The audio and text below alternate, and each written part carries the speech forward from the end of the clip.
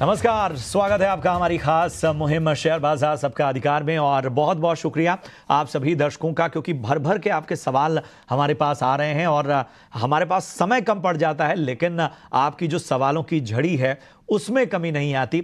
और ये वाकई दर्शाता है कि आम निवेशक है, छोटे छोटे शहरों में रहने वाले जो आम निवेशक हैं, वो किस तरह से ईटी नाउ स्वदेश के साथ एक अलग तरह का उनका रिश्ता कायम होता जा रहा है और ये रिश्ता मजबूत से मजबूत तर होता जा रहा है। तो आज भी आपके सवालों के हम जवाब देंगे। हमारे एक्सपर्ट जुड़े हुए हैं लगातार हमारे साथ, अविनाश जी और स्नेहा दोनों बनी हुई हैं। सबसे पहले कॉलर लेते हैं अपने साथ उत्तम कुमार जी को, जो कि हैं गोरखपुर से। और गोरखपुर इसलिए भी खास क्योंकि मेरा शहर है।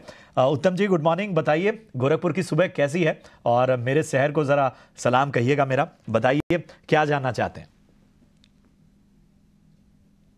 मैं सर यूपीएल है जी, यूपीएल के शेयर है सर, हमारे पास 125 शेयर है जी जी, 591 के भाव पर।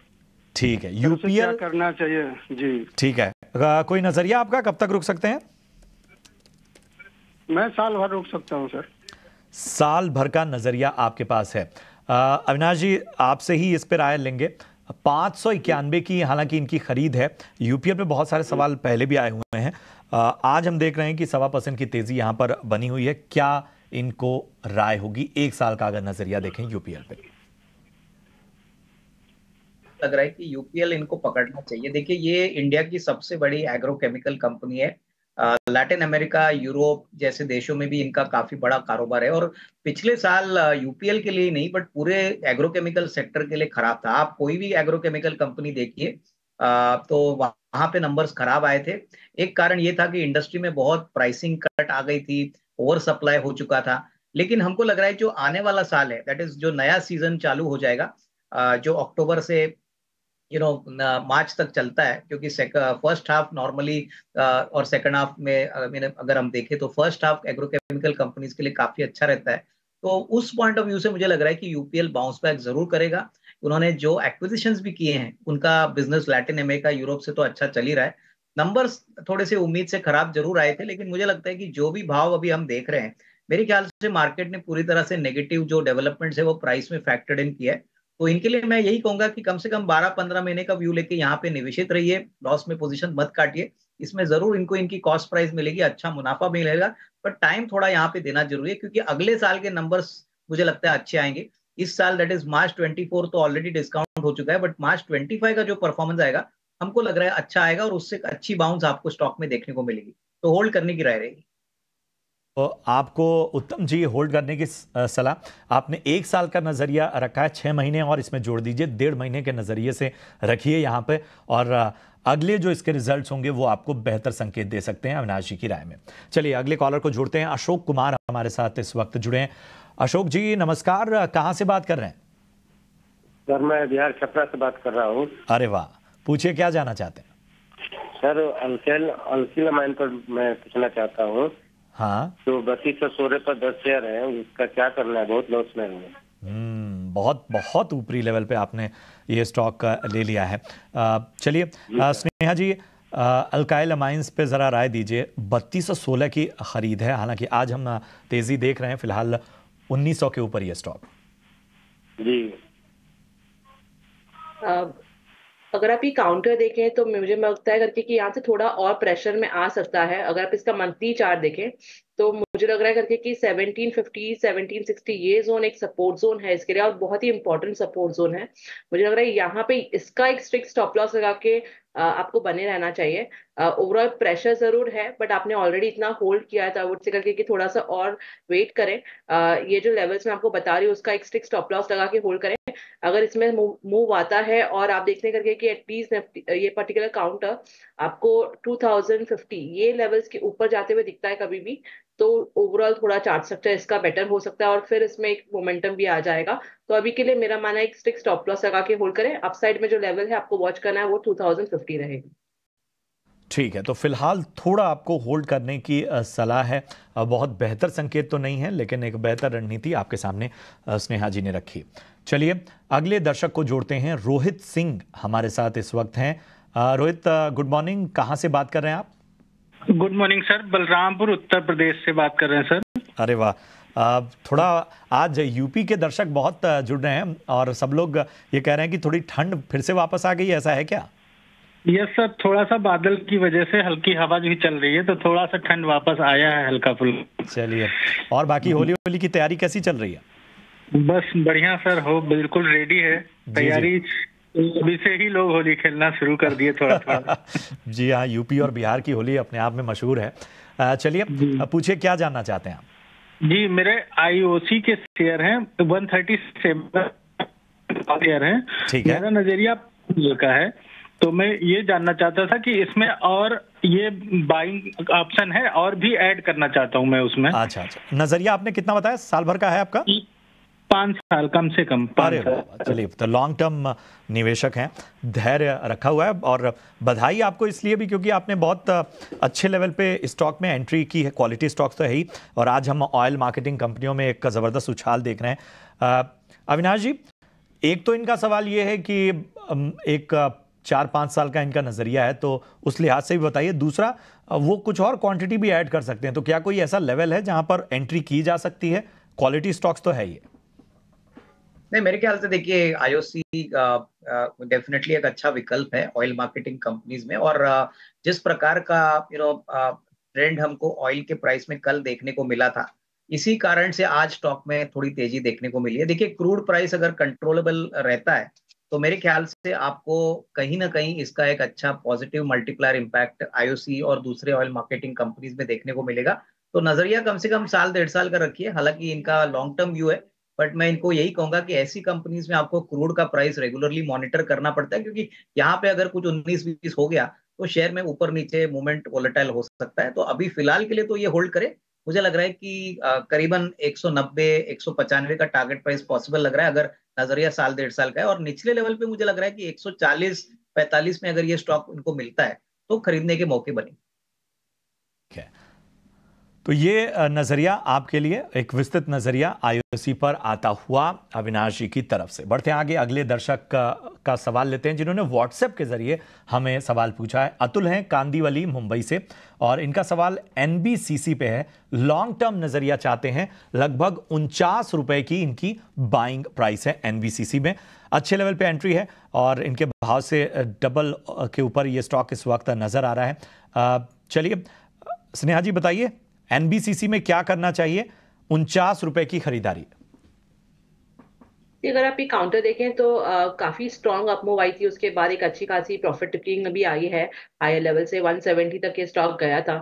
तो मुझे लग रहा है कि जिस तरह से ओवरऑल करेक्शन आ गया, और अगर आप देखें तो 89 EM ये इसी के आसपास एक काउंटर कंसोलिडेट किया है, और वहां से ही हमें थोड़ी सी स्ट्रेंथ देखने को मिल रही है। तो मेरा मानना है करके कि अगर उनके ऑलरेडी लॉन्ग्स है तो वो होल्ड भी कर सकते हैं। इनफैक्ट अगर किसी को ऐड करना है ये लेवल्स पर तो वो भी सोचा जा सकता है। एक स्टिक स्टॉप लॉस आपको लगाना है 105 के आसपास, आप ये लेवल पे भी बाय कर सकते हैं। स्पेशली अगर 118, 120 ये तोड़ देता है आज के दिन या कल के दिन, तो इसमें थोड़ा और अच्छी खासी स्ट्रेंथ आ जाएगी जल्दी, थोड़ा मोमेंटम आ जाएगा इसमें। तो आई थिंक स्टॉक को होल्ड करना चाहिए। अच्छा स्टॉक है, अगर आपको फ्रेश बाइंग भी करनी है या तो भी कर सकते हैं अभी के लेवल्स पर। तो ये है एनबीसीसी पे आपका विस्तृत नजरिया।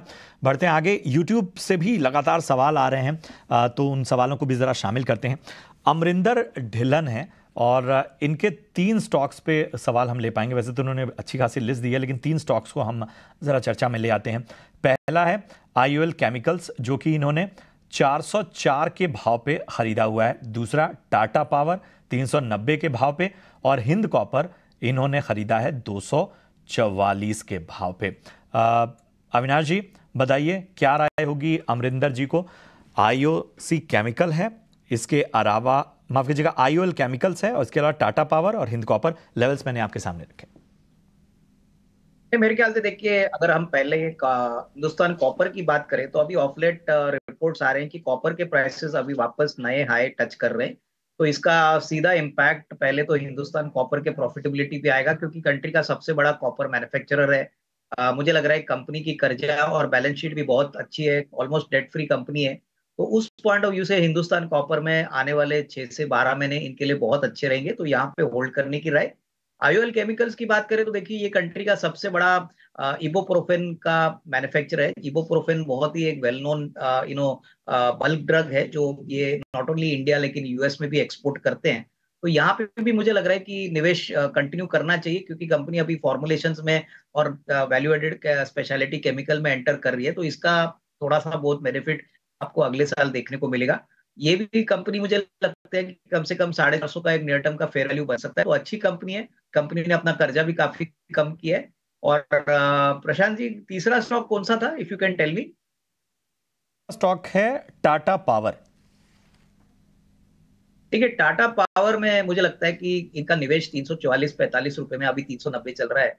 यहाँ पे कम से कम 1.5-2 साल का नजरिया ले ले क्योंकि देखिए टाटा पावर एक पावर जनरेटिंग कंपनी है। पावर जनरेशन एक बहुत ही वेल एस्टेब्लिश्ड अभी थीम हो चुका है। डिमांड काफी अच्छी तरह से बढ़ रही है, सप्लाई कंस्ट्रेंट्स अभी भी है। सबसे बड़ी बात इन्होंने कहा है कि अगले 2-3 साल में ये ग्रीन और रिन्यूएबल एनर्जी के ऊपर फोकस करेंगे, इलेक्ट्रिक व्हीकल इंफ्रास्ट्रक्चर पे फोकस करेंगे। तो मुझे लगता है कि यहाँ पे टारगेट देना मुश्किल है, लेकिन मैं यही कहूंगा कि अगले 1.5-2 साल में बहुत बढ़िया रिस्क रिवॉर्ड यहाँ से भी बन सकता है। तो यहाँ पे भी निवेश कंटिन्यू करें, थोड़ा लॉन्ग टर्म निवेश इसको रख लीजिए क्योंकि अपसाइड काफी सिग्निफिकेंट आ सकता है क्योंकि इलेक्ट्रिक जो बिजनेस है, इलेक्ट्रिक व्हीकल का और पावर जनरेशन का, इसका कॉम्बिनेशन बहुत ही बढ़िया है और इससे कंपनी को काफी फायदा होगा। चलिए कुछ और सवाल हम यूट्यूब से ही ले लेते हैं। उमेश मन्ना है और चलिए हमारे साथ इस वक्त एक कॉलर भी जुड़ गए हैं, उनका सवाल लेते हैं। हमारे साथ श्याम दत्त जी जुड़े हुए हैं। श्याम दत्त जी, पूछिए क्या आपका सवाल है। श्याम दत्त जी, आवाज आ रही है? हेलो जी जी श्याम जी, आवाज आ रही है आपको? हाँ मुझे आ रही है, आपको मेरी आवाज आ रही है? जी जी जी जी जी पूछिए, क्या जानना चाहते हैं? हाँ देखिए, मेरी उम्र 71 ईयर्स है। जी जी। तो मैं चाह रहा हूँ कि कोई 4 या 5 ऐसे शेयर्स मुझे बताए हैं जो मैं अपने ग्रैंड चिल्ड्रन के लिए छोड़ के जाऊँ। ठीक है, चलिए तो लंबी अवधि के लिए आपको 4-5 ऐसे शेयर जानने हैं जो आप अपने ग्रैंड चिल्ड्रंस के लिहाज से निवेश करना चाहते हैं। तो पहले तो इस बात की मैं तारीफ करूंगा कि बहुत बेहतर नज़रिया है और वक्त वक्त में हम निवेश की तमाम रणनीति अपने बाकी उसमें शामिल करते हैं। अविनाश जी, श्याम जी को क्या सलाह आपकी होगी? मेरे ख्याल से बहुत अच्छा विचार है इनका और मैं यही कहूंगा कि आप ऐसी कंपनीज इन्वेस्ट करें जो 5 साल के लिए सरवाइव तो करे लेकिन प्रॉफिट भी अच्छा कमाए। तो आई थिंक 2-3 शेयर जो मुझे पसंद है, एक तो देखिए लार्सन एंड टुब्रो है, ये कंट्री की सबसे बड़ी इंफ्रास्ट्रक्चर और कैपिटल गुड्स प्लेयर है। तो डेफिनेटली आउटलुक अच्छा है, इकोनॉमी अगर बढ़ती है तो इनके लिए भी काफी फायदा होगा, तो ये एक बहुत अच्छा विकल्प होगा। दूसरा स्टॉक रहेगा टाटा मोटर्स। देखिए टाटा मोटर्स इंडिया की सबसे बड़ी कमर्शियल व्हीकल कंपनी है। अभी तो इनके 2 हिस्से होने वाले हैं, टाटा मोटर्स कमर्शियल व्हीकल और पैसेंजर कार बिजनेस। तो ये भी एक अच्छा विकल्प हो सकता है अगर नजरिया 3 से 5 साल का है। और तीसरा कंपनी होगी अल्ट्राटेक सीमेंट। देखिए ये सबसे बड़ी सीमेंट कंपनी है इंडिया में। अगर इंडिया ग्रो करता है तो अल्ट्राटेक डेफिनेटली इंफ्रास्ट्रक्चर का बेनिफिट मिलेगा। तो UltraTech also can be a good stock अगर आपका नजरिया 3 से 5 साल है। और फाइनली मुझे लगता है कि अगर आपका नजरिया कैपिटल गुड्स के ऊपर है तो कमिंस एक बहुत अच्छा विकल्प है। कमिंस मुझे लगता है कि हाइड्रोजन की पॉलिसी प्लस इनका जो एक्सपोर्ट आउटलुक है उससे बेनिफिट करेगा। तो कमिंस भी आई थिंक अगर थोड़ा निचले देखते हैं तो मेरे ख्याल से ये 3 से 5 साल के लिए बहुत अच्छा पोर्टफोलियो बन सकता है। ठीक है, तो श्याम जी आपको ये स्टॉक्स बताए गए हैं, लेकिन अविनाश जी इन सारे स्टॉक से पहले एक डिस्क्लोजर भी आपका चाहेंगे क्योंकि आमतौर पे एक राय के साथ ये बहुत ज़रूरी रहता है। तो अविनाश जी एक डिस्क्लोजर भी दे दीजिए। आई थिंक प्रशांत, ये जो भी स्टॉक्स हमने आपको बताए ये हमारे क्लाइंटों को भी हमने रेकमेंड किए और पर्सनली मेरी कोई पोजीशन इन स्टॉक्स में नहीं। ठीक है, तो ये नजरिया इन स्टॉक्स पे और डिस्क्लोजर भी आपके सामने हमने रखा। बहरहाल यहाँ रुकेंगे। सुमन जी जुड़ी हुई हैं। सुमन जी गुड मॉर्निंग, कहाँ से बात कर रही हैं आप? लगता है कुछ तकनीकी। मैं सर बिहार पूर्णिया से बात कर रहा हूँ। जी जी जी, अच्छा अच्छा, चलिए बताइए क्या जानना चाहते हैं? सर मैंने जो है ये इन ओवरसीज बैंक का जो है शेयर लिए हुए थे 30 शेयर। किस भाव पे लिया आपने? 75 रुपीज। 75 पे आईओबी का शेयर आपने लिया हुआ है। जरा हमें नजरिया बताइए कितना रुक सकते हैं आप? लॉन्ग टर्म रुक सकते हैं। लॉन्ग टर्म रुक सकते हैं। अविनाश जी ज़रा बताइए, थोड़ी ऊपरी स्तरों पर बाइंग है, हालांकि आज हमने देखा कि आईओबी का शेयर बाजार के अच्छे मोमेंटम की वजह से यहाँ पर अच्छा खासा चढ़ा है, लगभग 3.5% की तेज़ी यहाँ पर नज़र आई है। क्या करना चाहिए आईओबी में? लॉन्ग टर्म का नज़रिया 74 रुपये की बाइंग है। नहीं, मेरे ख्याल से देखिए आईओबी ने अपनी बैलेंस शीट बहुत अच्छी तरह से इंप्रूव करी है, एसेट क्वालिटी भी अभी रीजनेबली ठीक ठाक हो चुका है, और पब्लिक सेक्टर बैंक्स में हमको लग रहा है कि जो ग्रोथ मोमेंटम है वो आने वाले साल में भी जारी रहेगा। लेकिन इन्होंने स्लाइटली ऊपरी लेवल पे ये स्टॉक खरीदा है, अभी 59 का रेट चल रहा है। मेरे हिसाब से अगर इनका नजरिया साल 1.5 साल का है तो थोड़ा सा ये एवरेज कर सकते हैं, क्योंकि इनकी बाइंग कॉस्ट थोड़ी कम हो जाएगी, और नजरिया 12 से 15 महीने रखिए, और उसके बाद मेरे ख्याल से आपको एक अच्छा रिस्क रिवॉर्ड बन सकता है। अगर एवरेज करते हैं तो मैं समझता हूँ एक अच्छा स्ट्रेटेजी होगी, क्योंकि ये अच्छी बैंक है, परफॉर्मेंस भी इम्प्रूव हो रहा है। ओवरऑल मुझे लगता है 12 to 15 मंथ्स का टाइम फ्रेम लेके यहाँ पे होल्ड करे, यही मैं समझता हूँ कि अभी इनको करना चाहिए। ठीक है, तो 12 से 15 महीने का नजरिया नहीं, 1 से 1.5 साल का नजरिया आईओबी में रखिए, यहाँ पर आपको बेहतर संकेत मिल सकते हैं। चलिए बढ़ते हैं आगे। अगले जो दर्शक हैं उनका सवाल यूट्यूब से ज़रा हम लेते हैं, और इनका नाम है उमेश मन्ना जी हाँ, और इनका सवाल प्रिंस पाइप पे है। स्नेहा जी, मैं आपके पास आना चाहूँगा। प्रिंस पाइप में ये पूछ रहे हैं कि क्या इन लेवल्स पे एंट्री की जा सकती है, कोई फ्रेश एंट्री की गुंजाइश बन रही है, आपको क्या लगता है? ओवरऑल काउंटर देखें तो आप रिसेंटली काफी अच्छा करेक्ट हुआ है। इनफैक्ट ये तीसरा महीना है कि जहाँ पे ये स्टॉक थोड़ा प्रेशर में रहा है। बट अगर आप इसका मंथली चार्ट देखें तो इसके जो लोज है वो कोइंसाइड करते हैं मंथली चार्ट के 89 EMA के आसपास, तो which is a good support zone. In fact मेरा मानना है करके कि अराउंड 510 520 के आसपास एक मल्टी ईयर सपोर्ट्स है। तो मुझे लग रहा है करके कि यहाँ पे चांस लिया जा सकता है अगर किसी को बाइंग करनी है। एक स्टिक स्टॉप लॉस आप 520 का लगा के इसे बाय कर सकते हैं।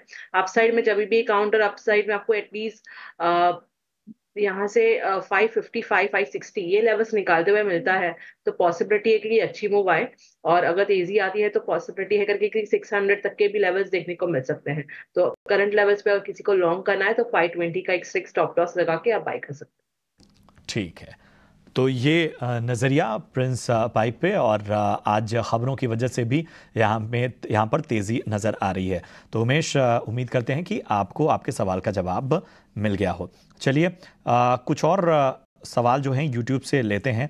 मुर्तज़ा बोहरा हैं और इनका सवाल सेल पर पूछना चाहते हैं। सेल पर क्या आगे नज़रिया बन रहा है? अविनाश जी बताइए, सेल यहाँ से कैसा लग रहा है आपको? देखिए, मेटल शेयर में अभी एक शॉर्ट टर्म तेजी हम देख रहे हैं। टाटा स्टील, हिंडाल्को, उसके बाद JSW, वेदांता, इसमें अच्छी खासी एक अपसाइड देखने को मिली है। देखिए, नॉर्मली जनवरी टू मार्च का क्वार्टर ये गवर्नमेंट के इंफ्रास्ट्रक्चर प्रोजेक्ट्स के लिए बहुत इंपॉर्टेंट होता है, और डोमेस्टिक डिमांड स्टील की काफी अच्छी तरह से बढ़ी है। तो मेरा मानना है कि compare to December quarter sale के नंबर्स अच्छे आने की उम्मीद है। इन्होंने काफी कर्जा भी कम किया है। मुझे लगता है कि देखिए शेयर ऑलरेडी थोड़ा चल चुका है, बट अगर नजरिया आपका 6 to 12 मंथ्स का है, और होपफुली अगर चाइना की बाइंग मेटल मार्केट में वापस आती है तो इसमें अच्छी रीरेटिंग होगी। करीबन 155 160 का एक फर्स्ट टारगेट रहेगा, तो यहाँ पे होल्ड करिए। अभी मेरे जो लगता है कि थोड़ा सा और एक अपसाइड बाकी है, तो 6 to 12 मंथ्स का टाइम फ्रेम से यहाँ पे होल्ड। 12 महीने का नजरिया यहाँ पर होल्ड करने की आपको सलाह। असीम विश्वास हैं यूट्यूब पर, इन्होंने अपना सवाल हमें इस लाइव शो के दौरान पूछा है। इनके पास 20,000 शेयर हैं लॉयड इंजीनियरिंग के। अविनाश जी, लॉयड इंजीनियरिंग पर ज़रा व्यू दीजिए। 20,000 शेयर हैं, 38 रुपए की इनकी बाइंग है, 38 की बाइंग है इनकी, और 2 से 3 साल तक ये रुक सकते हैं। देखिए, लॉयड इंजीनियरिंग एक ऐसी कंपनी है जो इंजीनियरिंग और EPC जैसी का प्रोजेक्ट्स में काम करती है। ऑर्डर बुक भी काफी अच्छी है, करीबन 850-900 करोड़ की ऑर्डर बुक है। अभी रिसेंटली कंपनी ने एक राइट्स इशू भी किया था 15 रुपए में, बहुत अच्छी तरह से सब्सक्राइब हो चुका। और एक बात जो इस कंपनी की इंटरेस्टिंग है कि ये कंपनी हाइड्रोजन सिलेंडर्स बनाने की टेक्नोलॉजी रखती है। तो होपफुली हमको लगता है कि इलेक्शंस होने के बाद एक बार गवर्नमेंट हाइड्रोजन पॉलिसी अनाउंस करेगी तो इस कंपनी को भी फायदा काफी सिग्निफिकेंटली होगा। तो नजरिया अगर आपका 1.5-2 साल है तो यहाँ पे निवेशित रहिए, नंबर्स भी अच्छे आएंगे, ओवरऑल प्रोस्पेक्ट्स भी अच्छे हैं, तो यहाँ पे लॉयड इंजीनियरिंग में होल्ड करने की राय। ठीक है, तो लॉयड इंजीनियरिंग में फिलहाल होल्ड करने की आपको राय मिलती हुई। कुछ और यूट्यूब से सवाल लेते हैं। एक दर्शक हैं, हालांकि उनका यूट्यूब नाम बड़ा इंटरेस्टिंग है, इम्प्रेसिव नाम है, लेकिन आई एम श्योर उनका कुछ और नाम होगा। धनलक्ष्मी बैंक पे नजरिया चाहते हैं। स्नेहा जी बताइए, 200 शेयर हैं इनके पास, 52 रुपए के भाव पे इन्होंने धनलक्ष्मी बैंक के 200 शेयर खरीदे हुए हैं। क्या राय होगी धनलक्ष्मी बैंक पे? प्रशांत जी, अगर आप इसका काउंटर देखें तो स्टॉक ने अच्छी खासी प्रॉफिट टेकिंग देखी। उसके बाद अगेन अगर आप देखें तो एक अच्छी सपोर्ट जोन के पास से रिकवर किया है।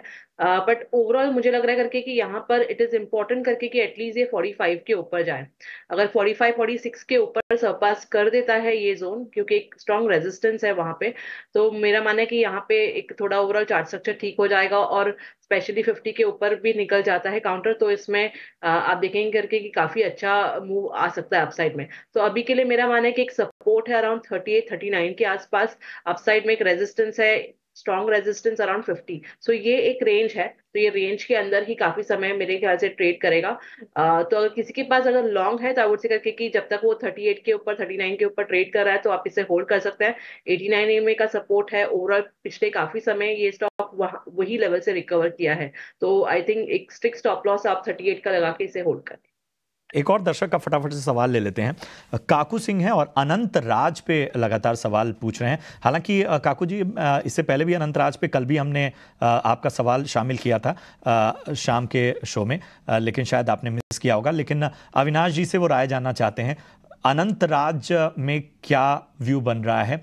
अविनाश जी जरा बताइए। अनंत राज उन रियल एस्टेट कंपनीज में है जिनका बिजनेस मॉडल बहुत ही डिफरेंशिएटेड है प्रशांत। ये रियल एस्टेट गुड़गांव मार्केट में ऑलरेडी वेल एस्टेब्लिश्ड प्लेयर है, कम से कम 30-35 साल से काम कर रहे हैं। ज्यादातर ये प्लॉट बेचते हैं, विला बेचते हैं, लेकिन इनका जो दूसरा बिजनेस है डेटा सेंटर, वहां पे हमको लग रहा है कि आने वाले 1.5-2 साल में बहुत बढ़िया ग्रोथ आएगी। इन्होंने बहुत ही बड़े डेटा सेंटर के प्लान्स करिए, 300 मेगावाट के, ऑलरेडी मेरे ख्याल से 25 मेगावाट ऑपरेशनल है, और आने वाले 1.5-2 साल में ये बिजनेस बहुत अच्छी तरह से फ्लरिश करेगा। करंट ईयर में हमारा मानना है कि कम से कम 235-40 करोड़ का प्रॉफिट आएगा, जो पिछले साल 150 करोड़ था, और इस तरीके से री रेटिंग स्टॉक में आएगी। तो हमारा मानना है 350-370 का एक मीडियम टर्म टारगेट के लिए यहाँ पे होल्ड करना चाहिए। काफी अच्छा पोजीशन स्टॉक का है, कम से कम 1.5 साल का नजरिया रखते हैं तो अच्छा खासा पैसा बनेगा। ठीक है, तो ये आपके सामने विस्तृत व्यू आता हुआ अविनाश जी की तरफ से।